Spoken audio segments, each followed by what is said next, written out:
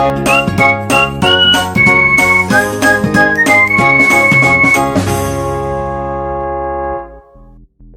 Welcome. आज हम electrochemistry के एप्लीकेशंस पढ़ने वाले हैं, यानी एप्लीकेशंस ऑफ इलेक्ट्रोकेमिस्ट्री। चलिए शुरू करते हैं। देखते हैं एप्लीकेशंस ऑफ इलेक्ट्रोकेमिस्ट्री में सबसे पहले हमें पढ़ने के लिए मिलेगा determination of equivalent masses of element.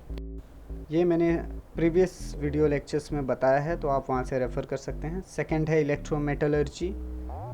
Third है मैन्युफैक्चरिंग ऑफ नॉन मेटल्स, कैसे नॉन मेटल्स को बनाया जाता है। फोर्थ है इलेक्ट्रो रिफाइनिंग ऑफ मेटल, कैसे इलेक्ट्रिक की मदद से मेटल्स को रिफाइन किया जाता है। फिफ्थ है मैन्युफैक्चरिंग ऑफ कंपाउंड्स, कैसे डिफरेंट टाइप के कंपाउंड्स को मैन्युफैक्चर किया जाता है। And sixth one is electroplating.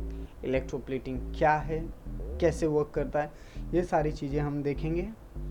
तो आज हम शुरू करने वाले हैं determination of equivalent masses of element से। Determination of equivalent masses of element समझने के लिए हमें सबसे पहले according to second law of electrolysis से स्टार्ट करना होगा। सेकेंड लॉ के अकॉर्डिंग जब same quantity of electric current is pass, जब सेम अमाउंट में आप इलेक्ट्रिक करंट पास करते हो, passed through the solution of a salt.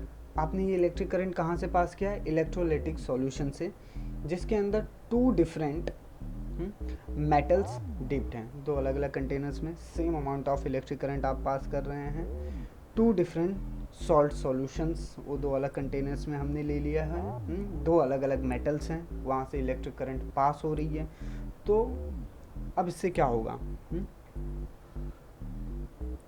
Taken into different sales, दो अलग अलग सेल में दो अलग अलग मेटल सॉल्ट सॉल्यूशन ले लिया, उसमें टू डिफरेंट मेटल्स को पुट कर दिया है, करंट पास कर दिया है। The amount of metal deposit, जो भी अमाउंट ऑफ मेटल डिपॉजिट हो रहा है on the cathode of the two cells, दो सेल्स के कैथोड के ऊपर some amount of metal deposit हो जाएगा। यानी same quantity of electric current pass through a solution of a salt of two different metals taken in two different cells, the amount of the metal deposited on cathode of the two cell। ये cathode side है, यहाँ पे देखिए equivalent mass of metal deposited at electrode, दो अलग अलग electrode पे दो अलग अलग टाइप के मेटल डिपॉजिट हो गए हैं। वी नो दैट, हमें पता है कि mass of metal A divided by the mass of the metal B, which is equal to equivalent mass of metal A divided by equivalent mass of metal B, है ना। ये एक general formula है, इसकी मदद से हम पता लगा सकते हैं कि कितने अमाउंट में मेटल्स डिपॉजिट हुए हैं। चलिए आगे देखते हैं।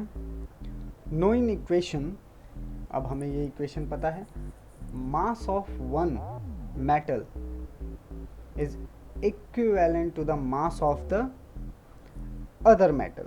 जो मास है एक मेटल का वो इक्विवेलेंट होगा mass of the other metal के। ओके, अब ये कैसे होगा? इसे कैलकुलेट करना पड़ेगा फ्रॉम अबो रिलेशन से। ऊपर दिए हुए रिलेशन से हम इस चीज़ को कैलकुलेट कर सकते हैं।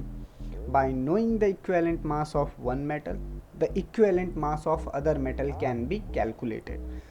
तो अब जो mass of non metals evolve from anode, अब जो नॉन मेटल्स रिमूव हो रहे हैं एनोड से या इवॉल्व हो रहे हैं एनोड से, they can also be determined by using this method. इस मेथड से हम उसे भी डिटरमाइन कर सकते हैं। गाइस कुछ डाउट हो या कोई पॉइंट ना समझ में आया हो तो कमेंट सेक्शन में पूछें या डायरेक्ट कांटेक्ट करके पूछें। एग्जांपल कंसीडर करते हैं, two electrolytic cells connected in a series. हमने दो इलेक्ट्रोलाइटिक सेल को कनेक्ट कर लिया है सीरीज में, as you can see in the figure. यहाँ पे आप देख सकते हैं AgCl3 का सॉल्यूशन है, कॉपर सल्फेट का सॉल्यूशन है, जहाँ पे current flow from negative to positive direction for 5 hours, 5 घंटे के लिए हमने इसमें करंट फ्लो किया। तो कैथोड पे Ag डिपॉजिट हो गया है, पहले सेल के अंदर Ag डिपॉजिट हो गया। कितना Ag डिपॉजिट हुआ है?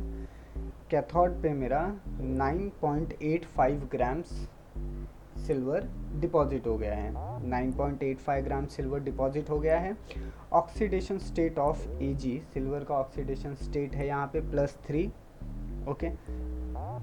Then how much copper is deposited at another cathode electrode. Question क्या आता है कि इस वाले कैथोड इलेक्ट्रोड पे कितना कॉपर डिपॉजिट हुआ है, ओके। नाउ अब इसे कैलकुलेट करने के लिए हमने जो फॉर्मूला यूज़ किया था उसे ही यूज़ करना पड़ेगा। वी नो दैट, हमने पता है, हमने अभी वो देखा था formula, mass of Ag deposited divide by mass of copper deposited. जो मास ऑफ Ag डिपॉजिट हुआ है उसको डिवाइड करेंगे मास ऑफ कॉपर डिपॉजिट से, जो इक्वल टू होगा equivalent mass of silver divide by equivalent mass of the copper, where equivalent mass of silver is equal to the mass of silver deposited। अब equivalent mass of the silver equal to क्या होगा, atomic mass divide by the oxidation state। यहाँ पे equivalent mass जो है silver का वो क्या है, 107.8 डिवाइड बाय +3, यानी atomic mass divide by oxidation state. अब इक्विवेलेंट मास ऑफ कॉपर क्या होगा, atomic mass divide by oxidation state, यानी 63 पॉइंट डिवाइड बाय 2। अब जो हमारा ऊपर फॉर्मूला है उसको हम रीअरेंज कर लेते हैं, यानी mass of silver deposited by mass of copper deposited equivalent to the mass of silver deposited by the mass of copper equivalent mass of copper। ये फार्मूला को जब मैंने रीअरेंज किया तो मुझे क्या मिला, मास ऑफ कॉपर डिपॉजिटेड, यानी मुझे इस फार्मूला को मास ऑफ कॉपर डिपॉजिटेड के टर्म में लेना है, तो इक्वल टू होगा mass of silver deposited multiply by equivalent mass of copper divide by equivalent mass of the silver.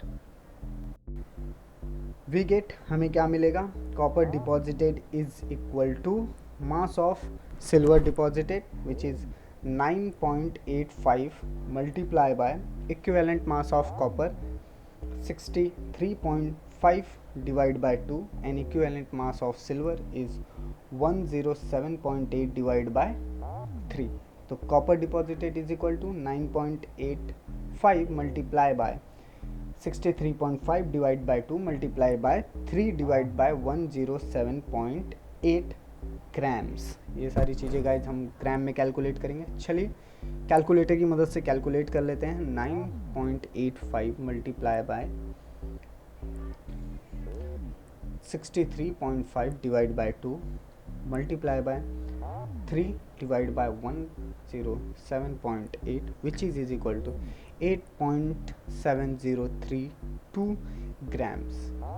कितना कॉपर डिपॉजिट हुआ है, कॉपर डिपॉजिट हुआ है 8.7032 ग्राम्स ऑन अदर कैथोड। चलिए देखते हैं। वी ऑल्सो कैलकुलेट, हम ये भी कैलकुलेट कर सकते what is the magnitude of the current.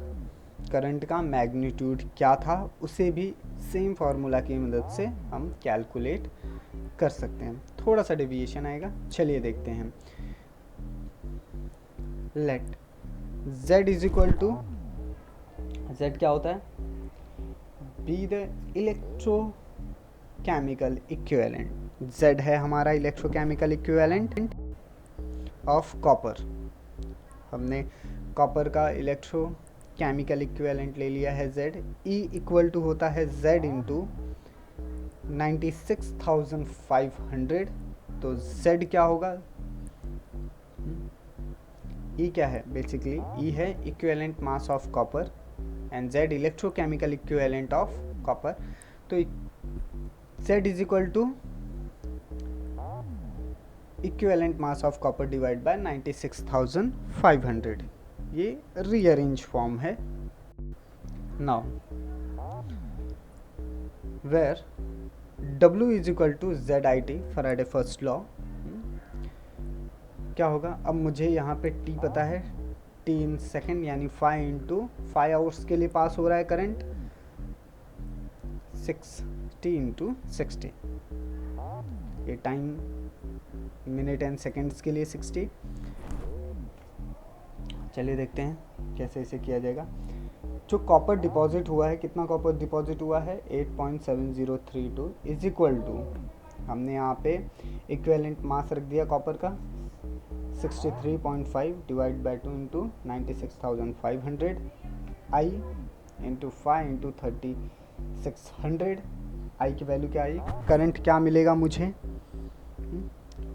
4.7 multiply किया मैंने, मुझे ओवरऑल आई की वैल्यू मिल गई है 0.804 एम्स्ट्रॉन्ग। ये है मैग्नीट्यूड ऑफ द करंट।